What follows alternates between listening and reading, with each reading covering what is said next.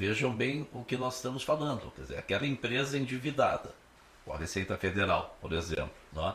Mas que tenha condições de recuperação, ela hoje pode obter uma redução numa negociação individual, uma transação individual, que vai entre 20% e 70%. Ela pode negociar os prazos de forma que eles sejam convenientes. Ela pode, nós tivemos uma experiência recente, inclusive escalonar valor de parcelas. Exato. Começar pagando parcela menor, Exato. o fôlego imediato, Exato. e terminar pagando uma parcela maior. Não precisa ser necessariamente linear. Não é? Em alguns casos sem garantia inicial também, né? Em alguns casos sem garantia, ou a própria garantia sendo negociada. Exato, exatamente. Tem um ingrediente ainda que eu gostaria de conversar, que seria, eu não digo uma cereja do bolo, mas que seria um enorme facilitador ainda, que seria a utilização de precatórios como parte do pagamento desse passivo. Como é que isso está compreendido hoje? Pode ou não pode, no bojo dessas transações, podemos usar precatórios, que são créditos que as pessoas têm contra a Fazenda Nacional, outro ente público, e que o mercado transaciona com deságio, porque isso gera um desconto adicional.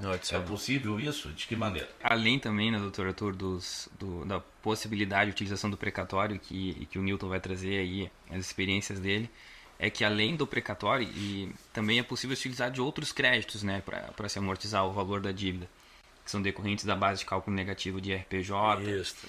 Né? Então, a legislação ela acaba facilitando, inclusive, essas possibilidades de pagamento. Né?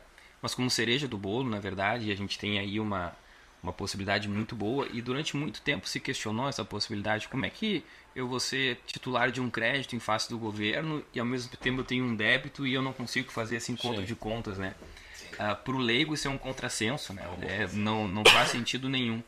Então, a legislação agora trouxe essa possibilidade, né? E não somente com crédito de titularidade do contribuinte, inclusive com crédito de terceiros. Exato. Que acabam sendo cedidos, e é importante ter muito cuidado nesse momento de cessão do crédito, porque existem algumas particularidades ali que são importantes. Mas eu passo a bola para ti, Hilton. A resposta objetiva, doutor Arthur, é sim. Né? Os precatórios eles podem ser utilizados como complemento à transação, com desconto, né? Porque se compra o precatório com deságio, então além dos descontos que estão no bojo da transação, ainda nós temos a condição de comprar esses precatórios de terceiros e utilizá-los. O importante também ressaltar, o que a gente assim verifica, é que existe um mercado paralelo desses precatórios, né? Aonde o Estado deixa de pagar à União, se criou um mercado paralelo. E a partir daí existem oportunidades e acontecem as coisas mais incríveis, entre elas falsificação de precatórios, falsificação de créditos, uma série de coisas que a gente sabe aí. Sessão duas vezes. Duas vezes. Então, três, o que a gente recomenda e por que a gente acha importante trazer isso? Deve-se procurar um escritório ou profissionais que tenham experiência nesse tipo de, vamos usar assim, já que falamos da construção civil, que tenham experiência nesse cimento que vai fazer parte da nossa obra, né? da nossa casa. Então o precatório ele é uma matéria-prima fundamental aí na ideia de se conseguir desconto, só que nós temos que ver quem vai fazer o filtro, diz que vai fazer a compra disso aí, porque o precatório ele tem que ser